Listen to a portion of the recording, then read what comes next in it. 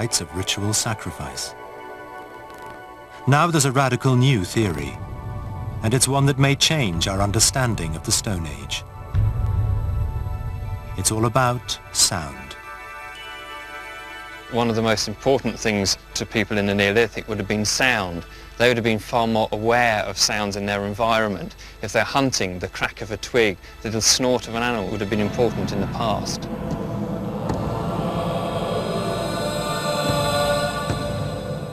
Archaeologists have found Neolithic sites that play strange tricks with sound, sometimes amplifying it, sometimes distorting it, and sometimes even inducing in the listener strange physical sensations. These effects may be coincidence, but evidence is mounting to show these effects were deliberately built into the design of these monuments. We are seeing here the sophistication in acoustics that we already is apparent to us in the sophistication in the architecture of the building of the structure, its astronomical alignment. It's all of a piece. Could it be that 5,000 years ago, our ancestors had a sophisticated knowledge of acoustics?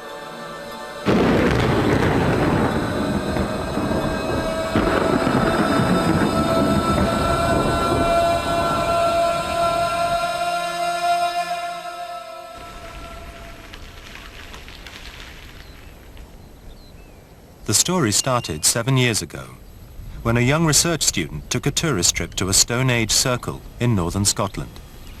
When I first visited the circle, what struck me was that as I moved across this very central region of the monument, I heard sounds made by other visitors, particularly in the area of the large recumbent slab being reflected across the circle. I heard an increase in volume, it became a fuller sound, and there also seemed to be reflections coming off the other stones in the circle.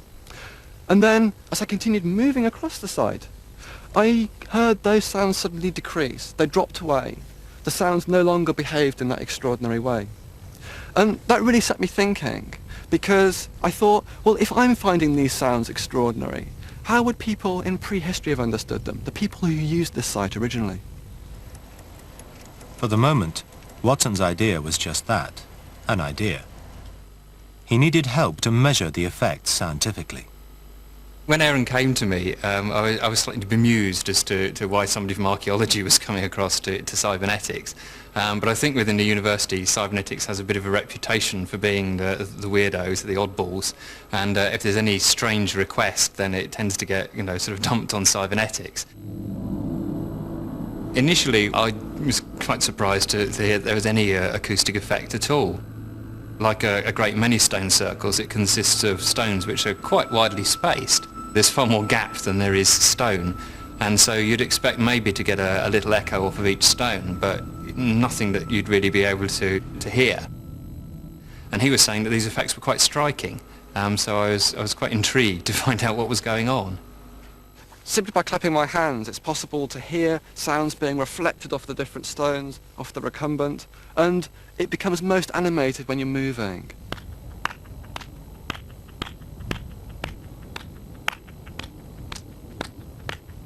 As I move into the alcove, the way in which sound is being reflected off all of the other stones in the circle becomes much more evident. You hear very slight reverberations from each of the monoliths in turn.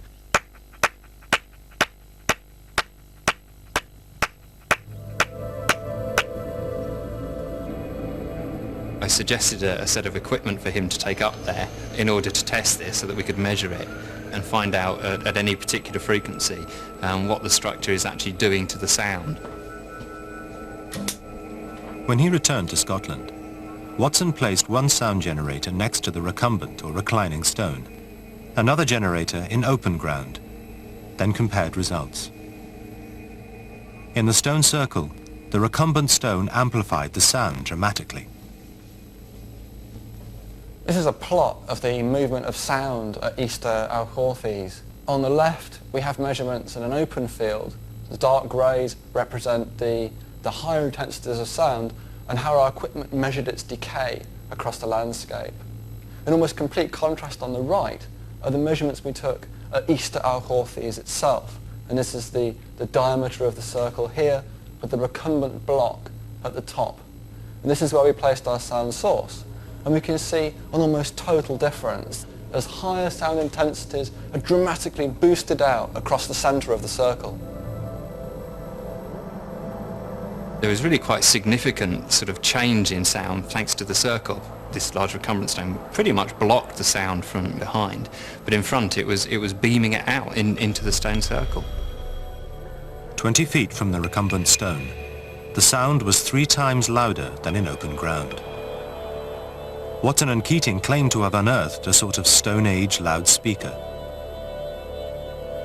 But they were not the only ones to think Stone Age sites were built with sound in mind.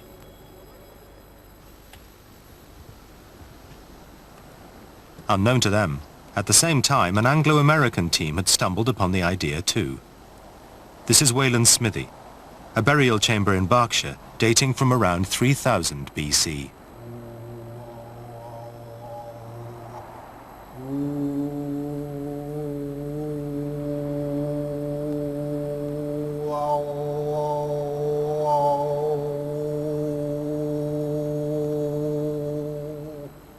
Well, this was the first site that we acoustically tested, and we set up our acoustic equipment here, and we could tell from our voices and from humming and from clapping that there was a resonance very clearly, quite strong resonant quality in here. At a particular frequency, the chamber resonated, amplifying and increasing the sound of his voice. This resonance is caused by something called a standing wave. A standing wave is where you get at a certain frequency, the sound bounces off the walls and comes back and adds with the original sound, and so you get much more intensity than you would have got otherwise. When the sound bounces from the walls, it is reflected back and forth in perfect synchrony, amplifying sound from the original source.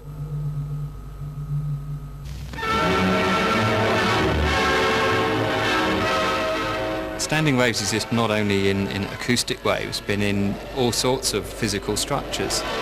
4 months after it was opened, winds sent the bridge into a rhythmic dance of death.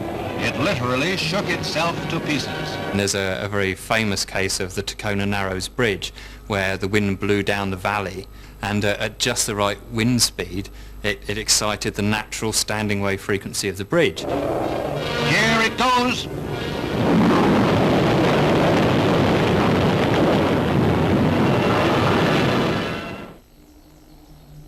Standing waves caused the tomb at Wayland's Smithy to resonate. But Devereux wanted to find out at what frequency this happened. We scanned through the frequencies and we found that the chamber over here had a resonant frequency of 112 hertz, and the chamber on this side had a frequency of 95 hertz. The finding surprised him. This frequency is at the bottom end of the range of the male baritone. We were immediately intrigued and alerted, and we wondered if there'd be any other chambers that would resonate in that frequency.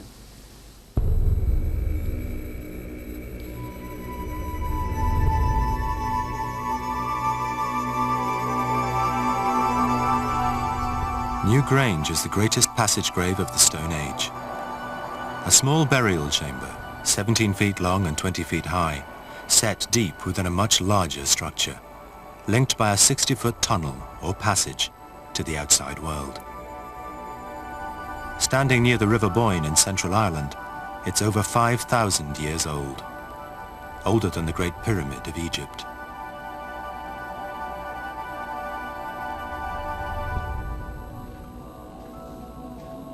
Paul Devereux and his colleague, Princeton scientist Bob Jahn, wondered if it would also resonate to the sound of the male voice. We placed the sound source at the center of the main chamber, and sure enough, nice clear response at pretty much the same frequency. So, you know, we felt at that point we were on to something.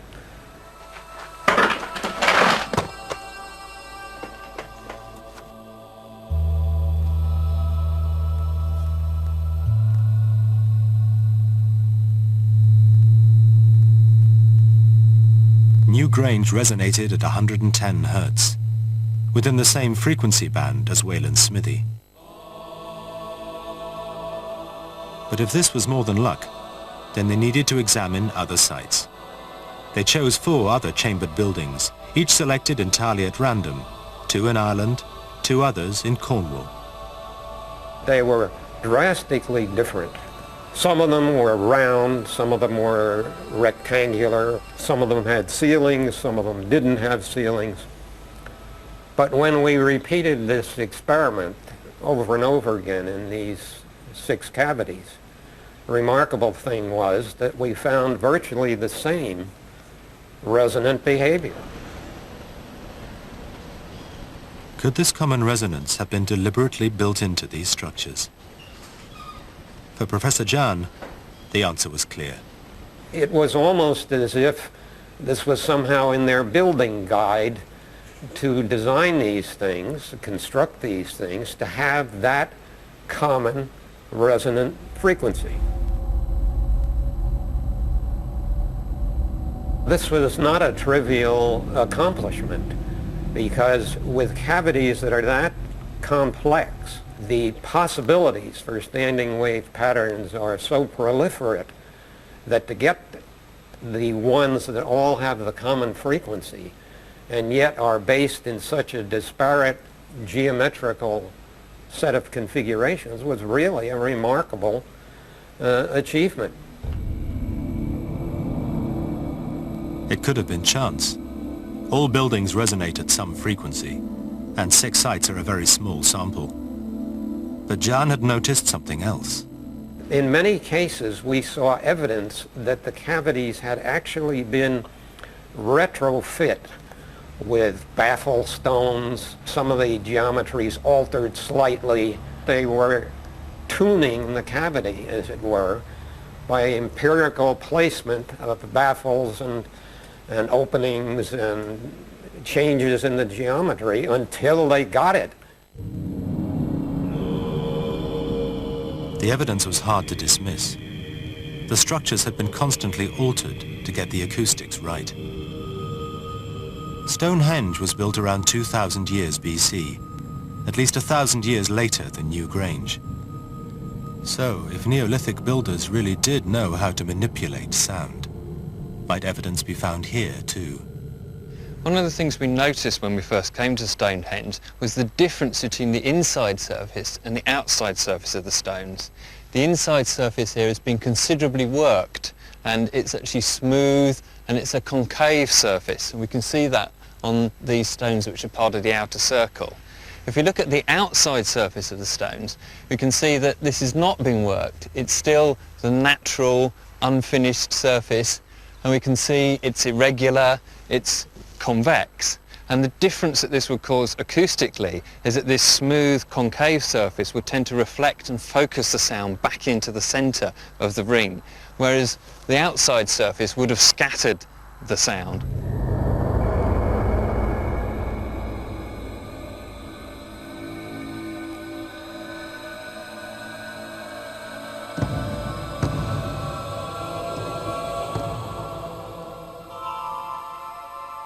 There is no other explanation for why the stones were shaped this way, unless it was to enhance the effects of sound.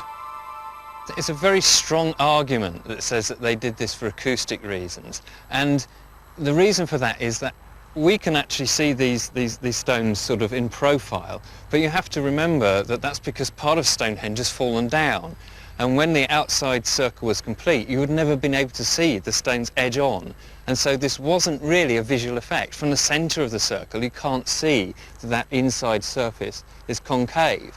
And so really, if it wasn't a visual effect, that only really leaves an acoustic effect that they were trying to produce.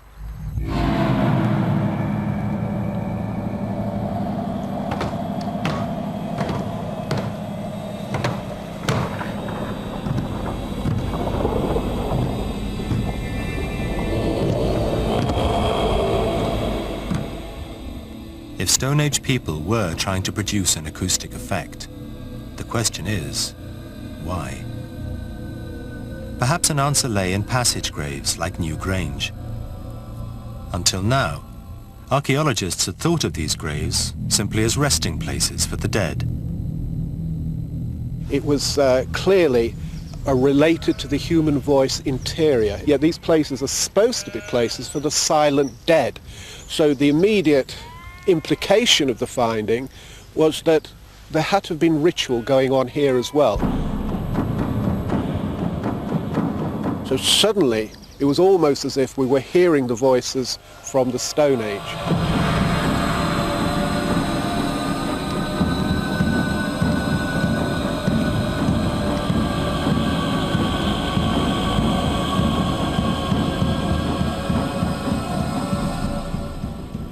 It appears from the design of passage graves and the shaping of stones at Stonehenge that Neolithic people may have been creating places for the human voice.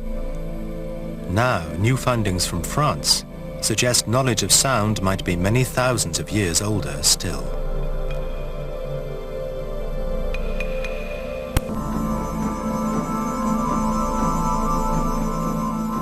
The Stone Age monuments that dot the British Isles have led a growing number of archaeologists to think Neolithic people had an understanding of the science of acoustics. But now some researchers think a rudimentary knowledge of sound predates even the Stone Age. Cave art specialist Steve Waller was holidaying in France when he visited Neo in the Pyrenees to look at paintings made by hunter-gatherers 13,000 years ago.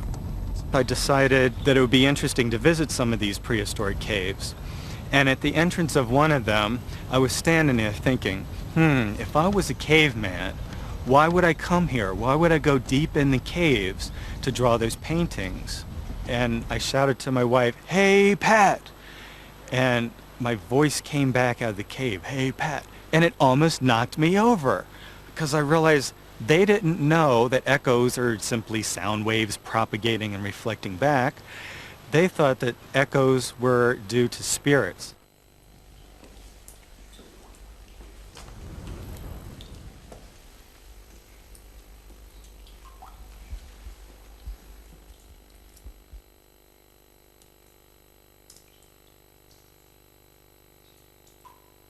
At Neo, the paintings are hidden deep within the cave, up to 1 mile from the entrance. The subterranean world was the world of the spirits. That's where the dead went, or that's where the ancestors lived, and the gods, and the spirits. So that means that going deep inside the caves was a deliberate move to go into the supernatural world. It was, literally speaking, a supernatural journey.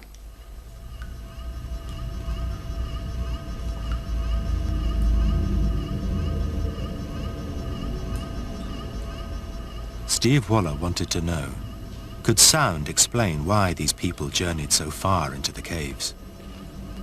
Was there any connection between the location of the paintings and the acoustics of the caves? He began to measure the strength and timings of echoes in each cave and charted the location of every painting. His tests came up with an astonishing answer. After testing more than 100 rock art locations on 3 continents, I found that there's a very good correlation between the places with the best acoustics and where the rock art's located. The cave walls with poor or faint echoes tended to be unpainted. The surfaces with the strongest and most powerful echoes were the ones that had been painted on.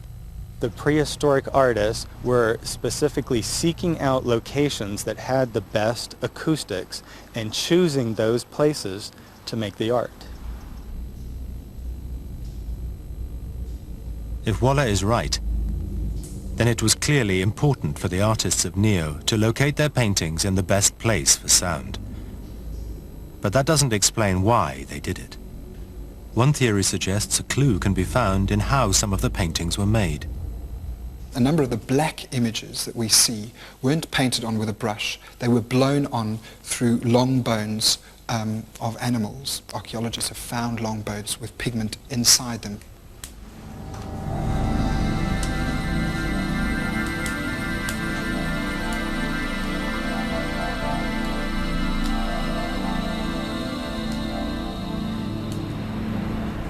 Research on these pigments suggests such methods may have had a dramatic effect on the painter.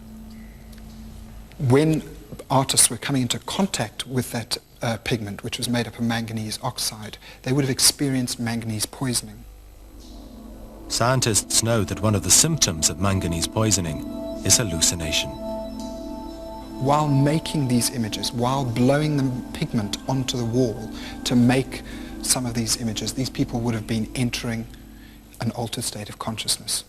They would have been seeing hallucinations.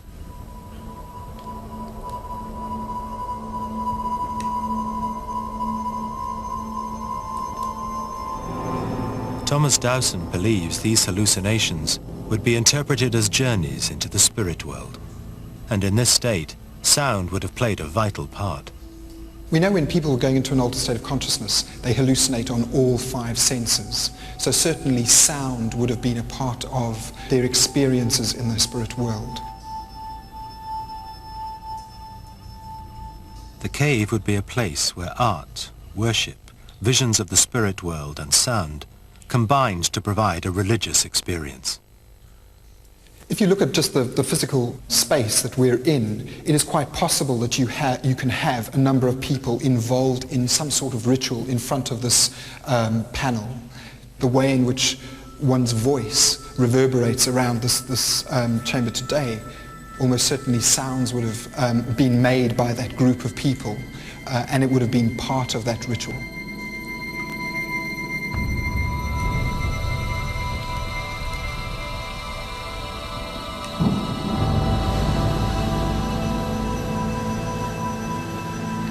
Eight 8,000 years later, in the Stone Age, new findings from the Orkney Islands suggest Neolithic people also experienced unusual physical sensations.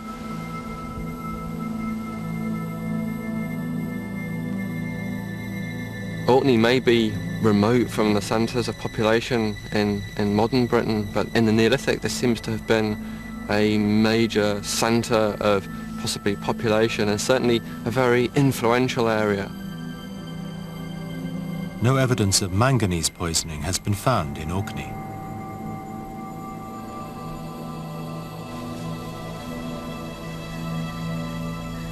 Beneath this mound lies the 5,000-year-old passage grave of Maes Howe. In the Stone Age, it was a place where sound played strange tricks.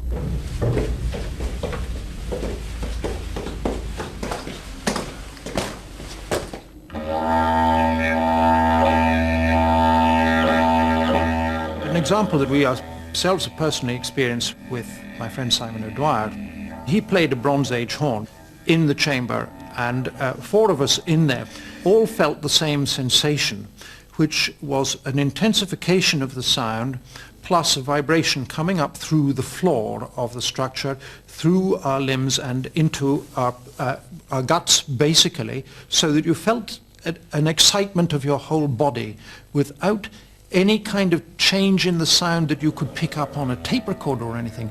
So this is not just simply an acoustic phenomenon, it's a whole body phenomenon. You can even hear through your body.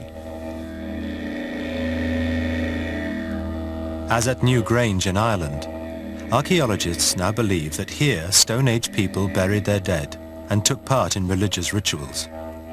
And when they sang or played instruments, the tomb's natural resonance may have caused unusual, disorientating sensations. It tends to produce effects like dizziness or giddiness, and they would get a feeling of being very uneasy.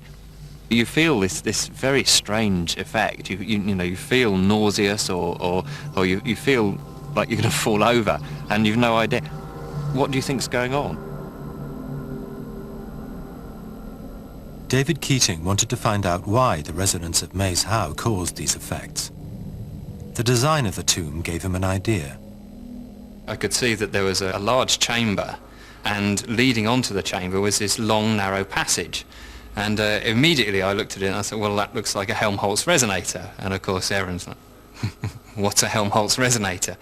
And I said, well, this is the effect that this chap, Mr. Helmholtz, discovered, which is the effect you get when you blow across the neck of a bottle. You've got a section here which acts as a passage, and then there's a section which acts as the sort of chamber. And if I blow here, As you can see, it's very easy to get a note out there, quite a low frequency from this bottle. The phenomena of blowing across a bottle led us to believe that perhaps the wind blowing across the entrance of Maze Howe could set this off. The other possible source is the thunder of a big storm.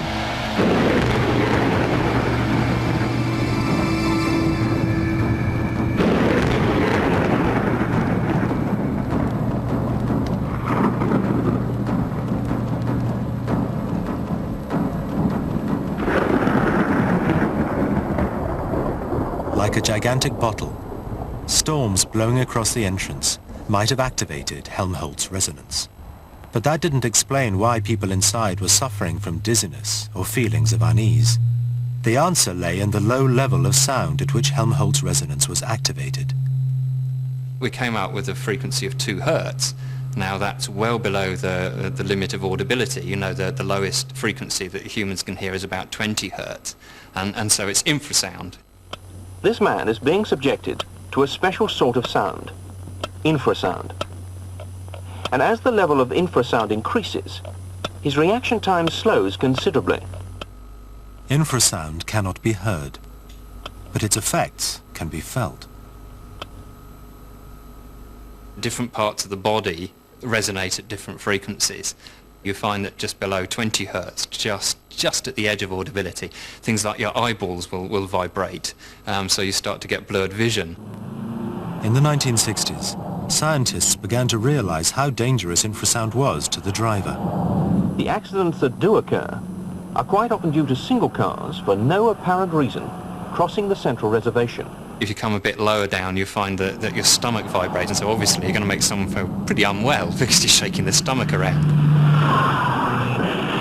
The other thing is there are natural brain patterns that happen at these sort of frequencies. Some of the surviving drivers have said that they were aware that they were driving into the oncoming traffic, and that it didn't seem to matter. The low frequency, around about 2 hertz, associated with calmness, or not quite being asleep, but you know, a sort of, your body is in a very rested state, but your mind is still sort of active. And all these symptoms can add up to a condition which is very similar to drunkenness. And symptoms like that in a car driver, whatever the cause, can be pretty devastating. Because Maze Howe resonated to an infrasonic frequency, those inside might feel dizzy, disorientated, or even experience altered states of consciousness. If this happened during a religious ritual, it might have been interpreted as a journey into the spirit world. But that posed another question. Could Stone Age people have deliberately induced these effects themselves? Drums have been found at several Stone Age sites like Maze Howe, and drums can create infrasound.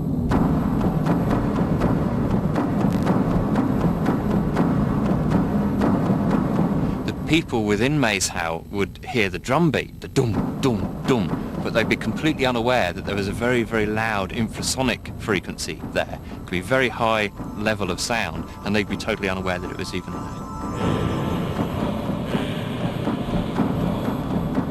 The team set up an experiment to test the effects of drumming in Maze Howe. As Aaron Watson beat the drum, something strange happened to David Keating. I began to experience a sort of falling asleep effect, and my head became heavy, and I started to nod down. Then I noticed I got the kind of twitches that you get when you're falling asleep, and my arms started to go like this.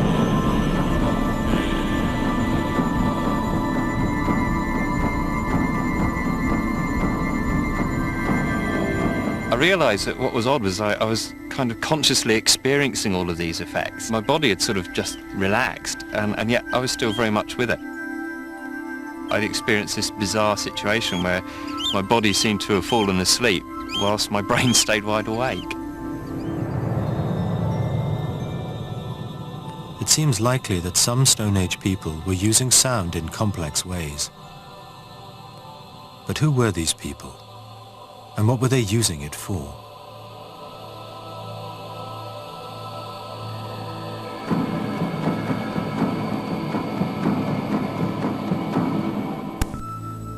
Now archaeologists wanted to know who these people were and why they were doing it. A clue can be found a few hundred yards from the stone circle at Stonehenge. Here stand several Neolithic burial sites, known as round barrows. Well, here we are. This is King Barrow Ridge, and these are the King Barrow Mounds, and you can see they're absolutely enormous. And what is amazing is that underneath these great mounds there's only one individual, and this person is buried on the land surface, and then they just piled up all this earth on top of them, and chalk, layers of chalk and earth. Archaeologists have dated the graves at King Barrow Ridge to the time Stonehenge was built, about 4,000 years ago. But they've also found other graves here, called long barrows, from a much earlier period. They are very different from lavish burial places like King Barrow Ridge. Towards the beginning, when you're talking about herds people at about 6,000 BC, they're burying their dead in long barrows. And often, not always, but often, these are communal barrows, and everyone seems to be being buried, or at least a cross-section. Children, women, men, all being buried there. And the question is there a very sharp change in the way in which the society is being structured? By the time Stonehenge was built, an elite had emerged, one capable of ordering and organizing the building of the giant stone circle. Now, new evidence suggests sound might have been used to bolster their power, something perhaps demonstrated at the religious ceremonies archaeologists believe took place here. On such days, worshippers would approach Stonehenge by an ancient pathway known as the Avenue.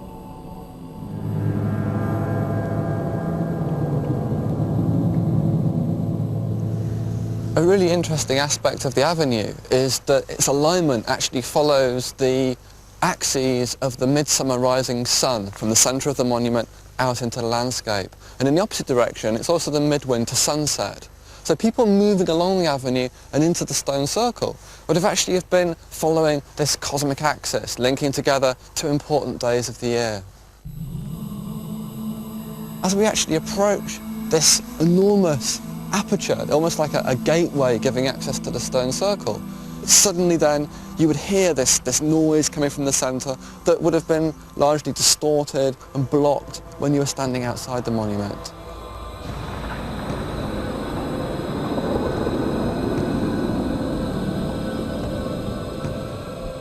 Perhaps the reason sound was blocked was to divide those on the inside of the stone circle from those on the outside. The numbers of people who can actually be accommodated in the very central area, which is only really a few metres squared if you actually want to see the sun rising, the number of people who could stand there would almost certainly be very different to the number of people it would take even to move one of these stones. And if there are a group of people in here, only a limited number of them can really use this monument, it seems likely that there would have been others who, for whatever reason, would not have been permitted that kind of access. They would have remained outside.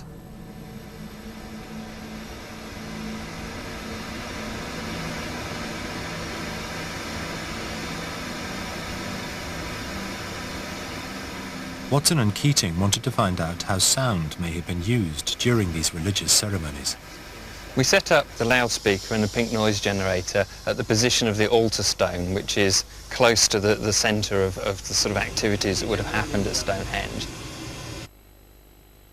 And we noticed that as you walked around outside the outer circle in the best preserved part, that you could hear a rumble, the low frequencies from the pink noise all of the time. But as you came to the gaps in the outer stones, you got a better idea of what was going on. You heard a bit more of the high frequencies.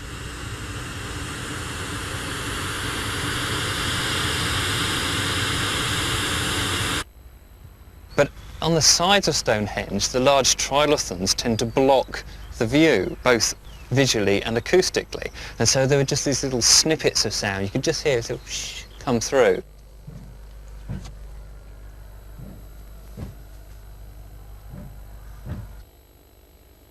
Until finally, when you come onto the axis, which lines up with the midsummer sunrise, you've got a clear view through to the centre, and you can hear perfectly what's going on. Thus the acoustic properties of Stonehenge might reinforce the status of the priestly elite, the sort of people buried in the round barrows nearby.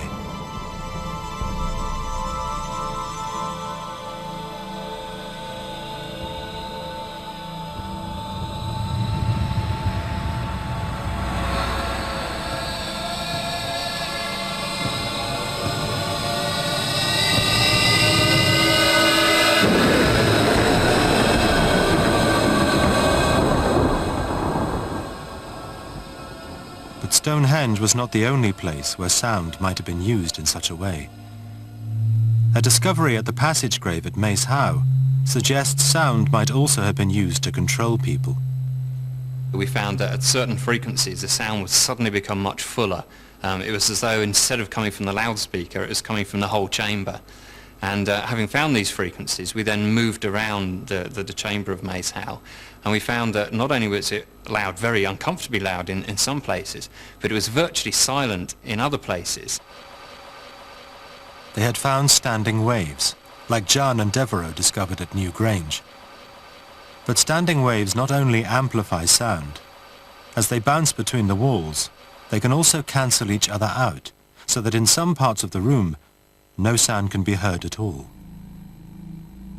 The effects of standing waves at Maes Howe would have been easily observable and very dramatic.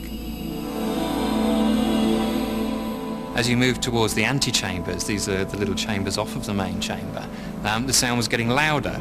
Now, immediately you sort of think, well, if you're someone in the Neolithic who's used to a sort of open-air existence, what would they think? They come into this structure, they may not even be aware that somebody is actually generating this sound. Even if they are aware they're making this sound, as they move towards them it gets quieter. That would tell them, well, it's not coming from that person, is it? They move towards one of these antechambers and the sound gets louder. So they will associate that sound with what's in the antechamber, and what's in the antechamber could be the rotting remains of one of their relatives. What do you think?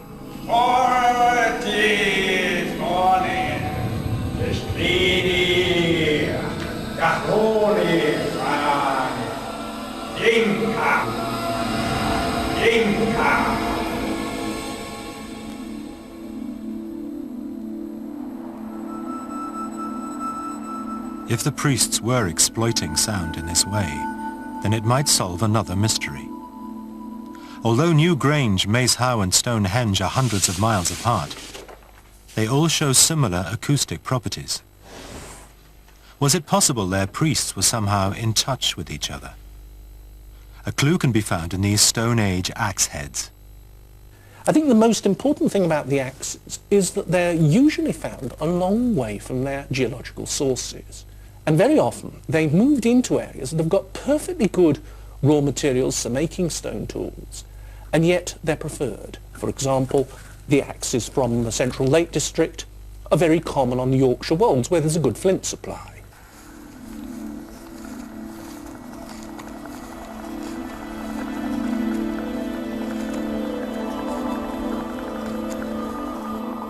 In the Stone Age, axes might have had a religious or symbolic importance, and people would have travelled hundreds of miles to exchange them.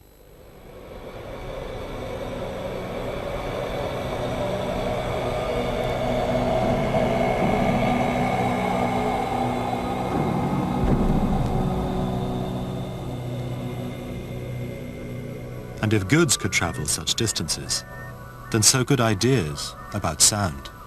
If artifacts are moving long distances, it's likely that the ideas and concepts are moving with them.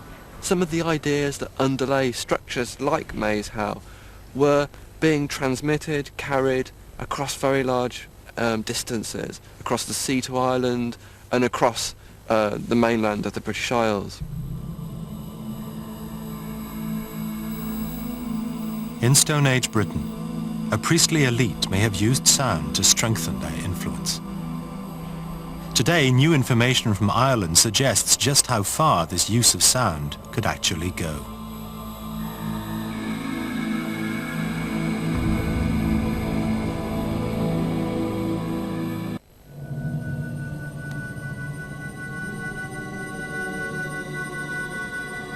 The Stone Age elite may have used sound as one method of maintaining their influence.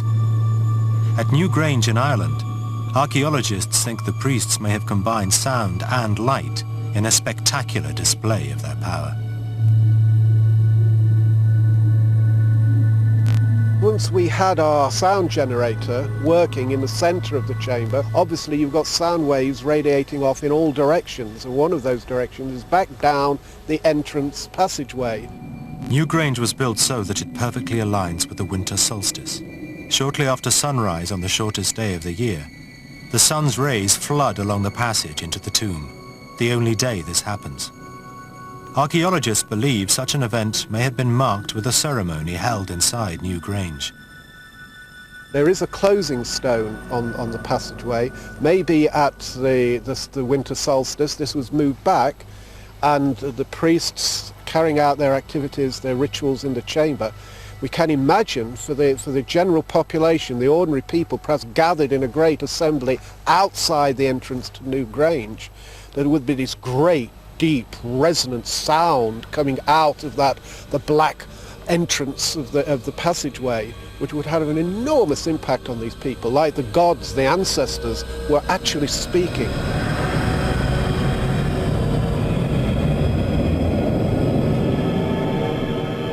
If on the winter solstice the sound properties of the passage were being exploited in such a way, it suggested one final possibility to Devereux. And it's the most radical possibility of all. If Stone Age people could use sound waves, could they actually see them too? Throughout the whole chamber there's rock art, and when we're doing our work here we were particularly aware of this chevron zigzag pattern, and we noticed that the zigzags, the up and down pattern, was very, very similar to the form of waves that the sound takes on its way out down the entrance passage. Devereux and his colleague, Bob Jahn, had already established the presence of standing waves at New Grange, sound waves that bounced between the walls of the passage, amplifying or cancelling sound. Basically, you can represent the pattern of standing sound waves in two ways. You can imagine yourself looking down on the cross-section of the entire structure, and as you look from the top in these cavities, I knew that those would look more or less like concentric circles that radiated out from the source of the sound out to the walls, and of course back again. And lo and behold, you look at the rock art on the walls of these facilities, and there are bullseye patterns that are more than suggestively similar to what the sound wave patterns that we were measuring were. Standing waves can also be represented by looking sideways at them, plotting them into peaks of high sound and troughs of low sound. When Jahn and Devereux recorded the standing wave patterns along the passage, their graph showed 12 pairs of such peaks and troughs. Same pattern appears on the interior walls in New Grange and also outside in their curbstones, with precisely 12 sets of bumps in it.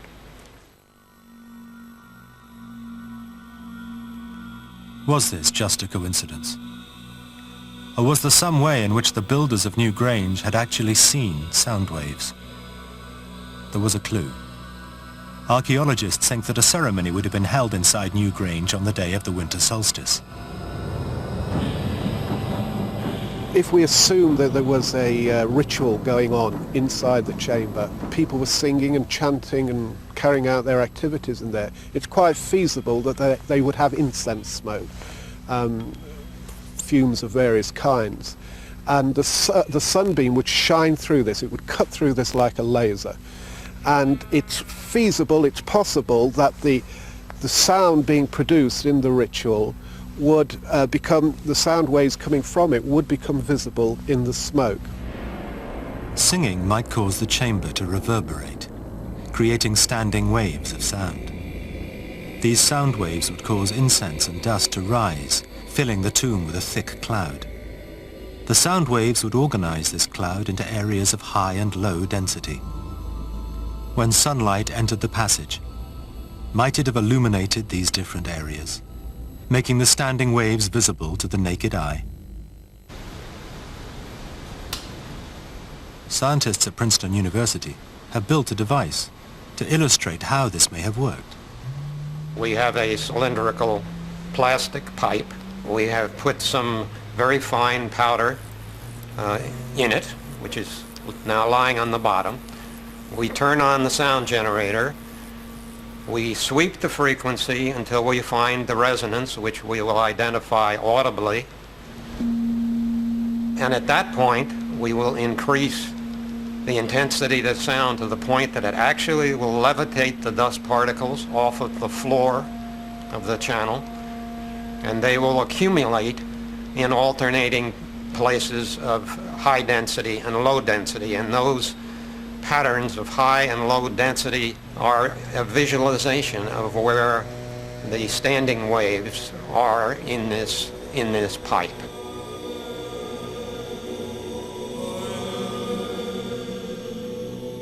We are illuminating it, incidentally, from the other end, much as would have happened in the tunnel at Newgrange with the sunlight coming in one aperture. So what you are seeing here should look reasonably like what the ancients saw when the sunlight was illuminating their dust in their tunnel.